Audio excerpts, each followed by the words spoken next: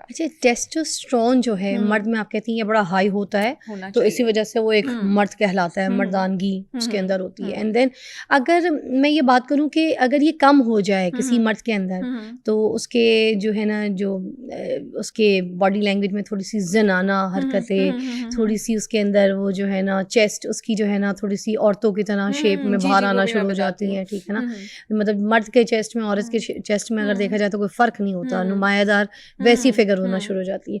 फिर उनके अंदर जो है ना वो सेक्सुअल डिज़ायर भी वो कम हो जाते हैं उस तरीके से, और वो जो है वो बिल्कुल लड़कियों की तरह थोड़ा सा फीलिंग्स भी और बिहेव भी करना शुरू कर देते हैं।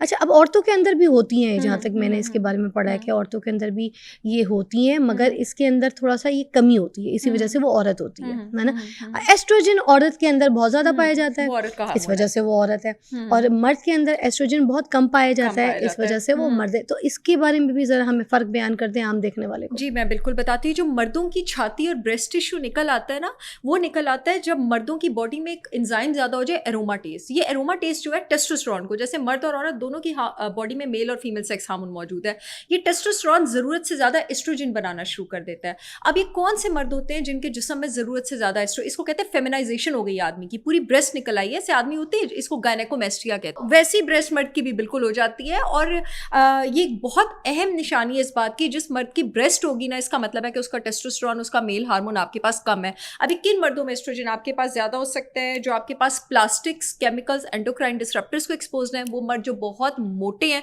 नॉर्मली जिन मर्दों का पेट निकला होता है ना फिजा, और जो बहुत मोटे होते हैं, वो नॉर्मली उनका टेस्टोस्टेरोन भी कम होता है आपके पास। ये आप ऐसे भी फिजिकली किसी को देख के हम जज कर सकते हैं? बता सकते हैं। प्री डायबिटिक जो मर्द हजरात होते हैं, क्योंकि उनमें इंसुलिन ज्यादा होता है, अगर इंसुलिन ज्यादा हो जाए आपका टेस्टोस्टेरोन कम होता है। और अक्सर ये ब्रेस्ट भी उन्हीं मर्दों की निकल आती है जिनका इंसुलिन आपके पास ज्यादा होता है। जो मर्द शराबी कबाबी बहुत होते हैं, कबाबी तो छोड़ दें, गोश्त खाने से तो टेस्टोस्टेरोन बढ़ता है। ये जो शराबें पीने वाले होते हैं, अल्कोहल, आपके पास अल्कोहल जो है बॉडी में एस्ट्रोजन बढ़ाता है, वो भी आपका टेस्टोस्टेरोन जो है वो कम करता है। जितने भी जो शराब पीने वाले लोग होते हैं, जो माशरे में शराबी है हमारे पाकिस्तान में, वो सारे के सारे नामर्द हैं। आप सबका टेस्टोस्टेरोन कम हो रहा है with the passage of time.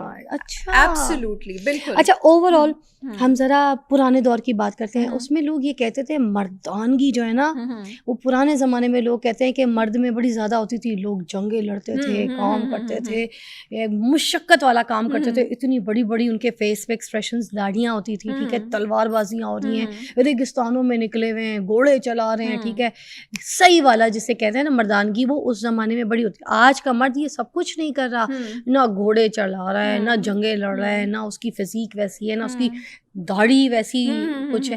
क्या वजह है? क्या कोई ये जो टेस्टोस्टेरोन है मर्दों में ये कम हो गया? क्योंकि अब तो अगर देखें लड़कों को अगर दाढ़ी है ना, वो भी कोई 20-22 साल की उम्र में, 23 साल की उम्र में भी ठीक से नहीं निकल रही होती है। उनसे पूछो भाई तुम 17, 15, 16 के हो, तो कहते नहीं मैं तो 22-23 का हूँ। तो वह 22-23 के हो, तुम्हारी दाढ़ी क्यों नहीं निकली?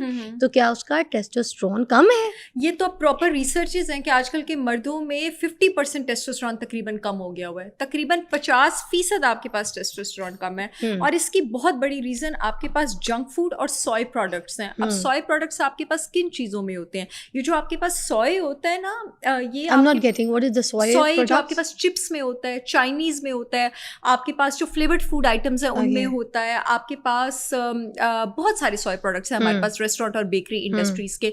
ये आपके पास काइंड ऑफ एस्ट्रोजन होता है। जो भी लोग इसको कंज्यूम करते हैं, खास करके मर्द हजरात, उनकी बॉडी में एस्ट्रोजन बढ़ता है। जो आपका मोनोसोडियम ग्लूटामेट है, वो भी आपके टेस्टोस्टेरोन को नीचे लेके जाता है। जैसे आपके पास फ्लेवर्ड नूडल्स आप कह लें, ठीक है, जैसे आपके पास चिकन क्यूब्स कह लें, उसमें जितने भी चाइनीज रेस्टोरेंट है, एक एक सॉस में आपके पास मोनोसोडियम ग्लूटामेट जो है वो आपके पास यूज हो रहा है।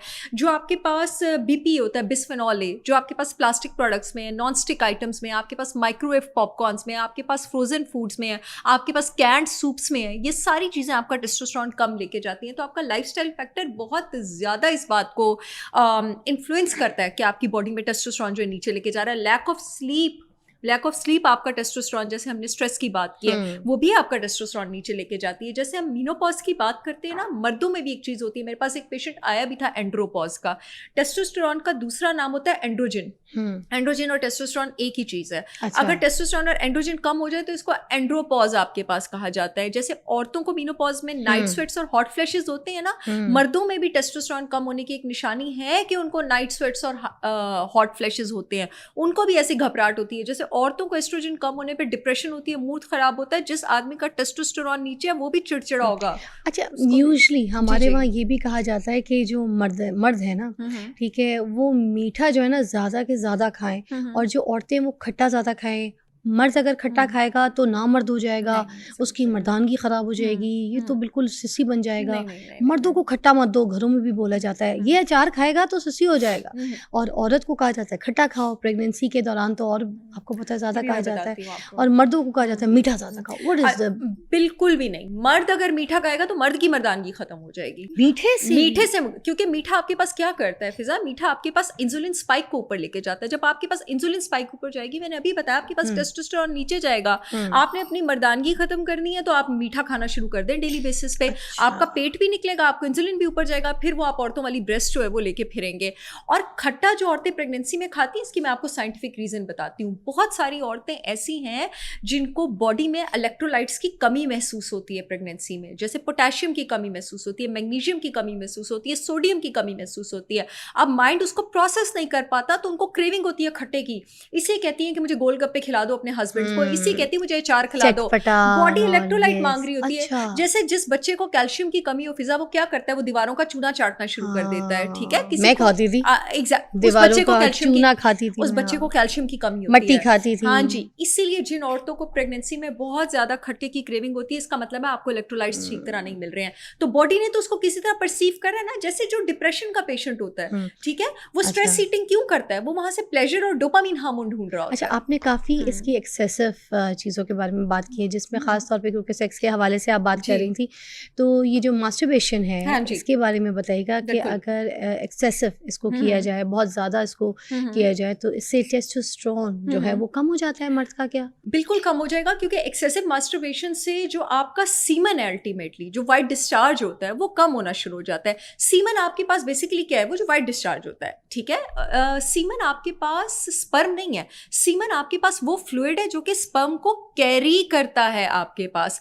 अगर आप एक्सेसिव मास्टरबेशन करते हैं या एक्सेसिव सेक्सुअल एक्टिविटी करते हैं, ठीक है, और या विद मल्टीपल सेक्सुअल पार्टनर्स करते हैं, तो इसका मतलब है कि आपकी सेक्सुअल एक्टिविटी एक्सेसिव ही है, तो इसका आपका जो सीमन है वो कम होना शुरू हो जाता है वक्त से पहले। और अगर आपका सीमन कम है तो एक बहुत बड़ी निशानी है इस बात की, वो आदमी जिनका सीमन कम है, कि आपका टेस्टोस्टेरोन भी कम है। सबसे बड़ा तो ये नुकसान है आपके पास मास्टरबेशन का, बिल्कुल है। तो मर्द की डिजायर भी कम होगी सेक्सुअली? मर्द की डिज़ायर, इसलिए मैं साइकोलॉजिस्ट तो नहीं हूँ, लेकिन मैं इस बात पर कमेंट ज़रूर करूँगी कि जितनी फैंटेसीज आप पालेंगे, जितना ज़्यादा आप एक्सपोजर लेंगे इस चीज़ को, उतना ही ज़्यादा आपके लिए मुश्किल हो जाएगा सेटिस्फेक्शन अचीव करना with one partner. Common sense की बात है ना। इस फॉर एग्जांपल जैसे जो लोग पोर्नोग्राफी में हैं, अब पोर्नोग्राफी में वो जो चीज़ें देख रहे हैं, जो एक्टिविटीज़ देख रहे हैं, उनकी घर में बैठी बिरयानी बनाने वाली बीवी, मेहनत करने वाली बीवी, कामकाज करने वाली बीवी, तो उनकी वो सारी फैंटेसीज पूरी नहीं कर सकती है।